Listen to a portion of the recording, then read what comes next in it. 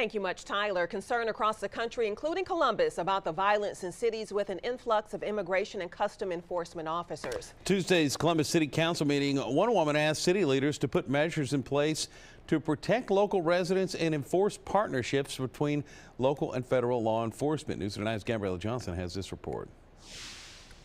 What you're seeing in other places across the country is the lack of relationships between local, state, and federal law enforcement. January 22nd, Columbus police arrested 2 men on human trafficking and drug trafficking charges after a joint investigation. One of the men, according to Assistant Chief Lance Deaton, was an illegal immigrant. When I had a meeting with the DEA about this, the DEA guy said, the agent that was in charge of this, he looked at me and he said, "Chief, this went as perfectly as it possibly could." During Tuesday's City Council meeting, Columbus resident Amy Spencer saying if judicial warrants are not present for local law enforcement, to not coordinate with ICE. We ask that the City Council not approve, if it ever comes before you, participation in ICE's 287G program, which allows ICE to deputize local law enforcement.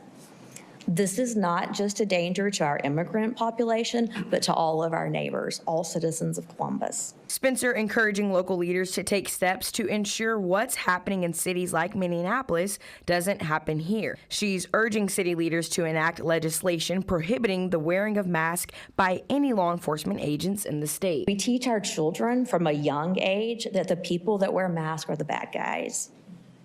We all know this inherently. We do not need masked agents of the state.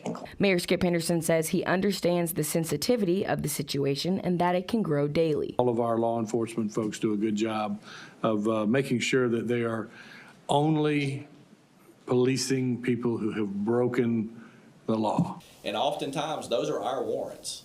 So for us to take a position like, well, we're not going to help. Well, they're here to pick up our guys on our warrants. Why wouldn't we help them? Why wouldn't we help facilitate that?